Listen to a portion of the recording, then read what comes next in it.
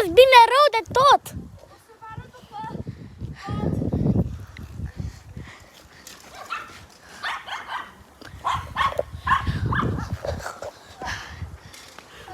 O să vină pe aici, fraților.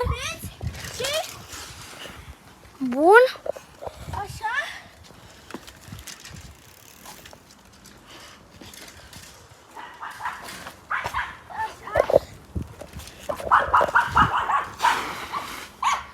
Da, asta a fost bun rău.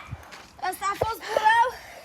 Yes. Și o să veniți la partea a doua. Pa, pa. Vă iubesc, pa.